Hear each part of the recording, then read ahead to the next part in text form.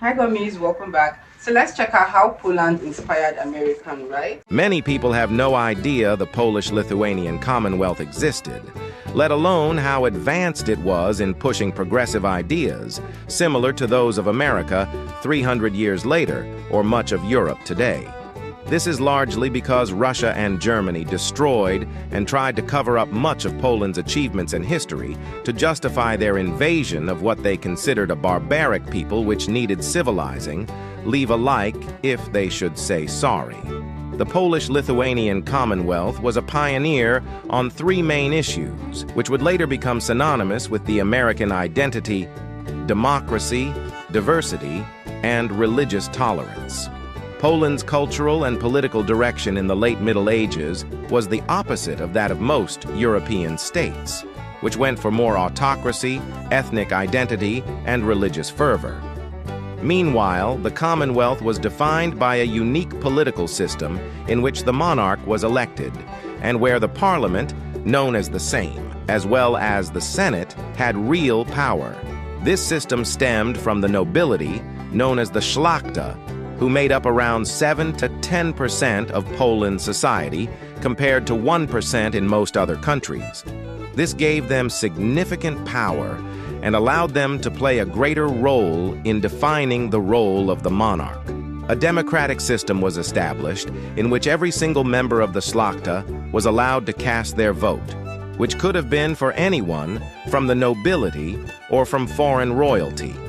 Tens of thousands of noblemen would turn up to these voting events, which would last several days and were a massive event in which the people took great pride. This system also shaped the role and the powers of the monarchy. Unlike most countries, the monarch served the people and could be deposed by the nobility for stepping out of line or not fulfilling their will.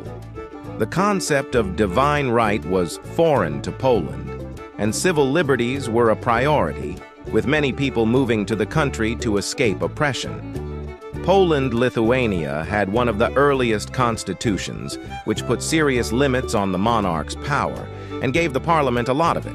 For example, the Sejm each had a liberum veto, meaning that any legislation not unanimously accepted was rejected, creating a form of almost extreme democracy, though this later created problems which contributed to Poland's downfall. Another innovative feature of the Commonwealth was its religious tolerance.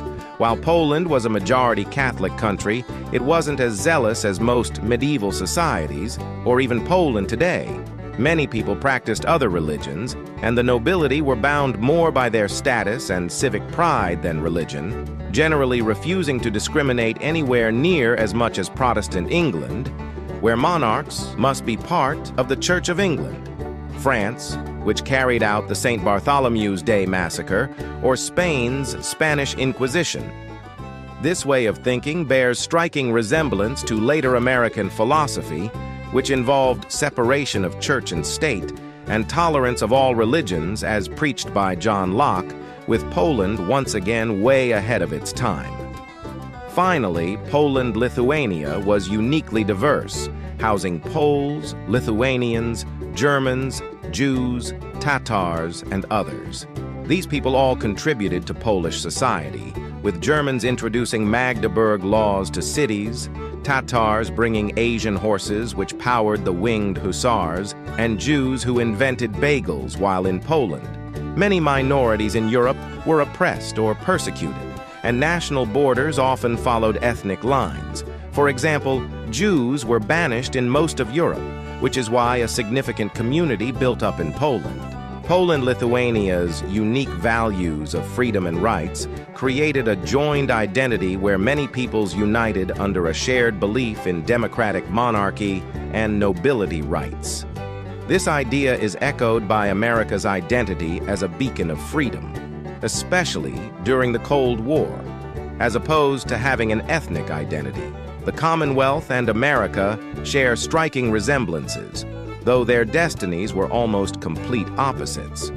Poland's democratic system would be exploited by foreign powers, who would influence members of the Sejm to veto useful laws and hold the country back. America's founding fathers, in contrast, created a system which more carefully balanced the power of all three branches of government, learning from Poland's mistakes. Poland also suffered the disadvantage of having three powerful neighbors simultaneously, namely Prussia, Russia, and Austria, who colluded to attack and outnumber Poland, leading to the partitions. America faces no such threat, being neighbored by two weak countries and two oceans. Today, America serves as a symbol of what could have been for Poland, benefiting from the same ideas and features which Poland pioneered, but were perhaps too early, unrefined, and hindered by a series of bad luck.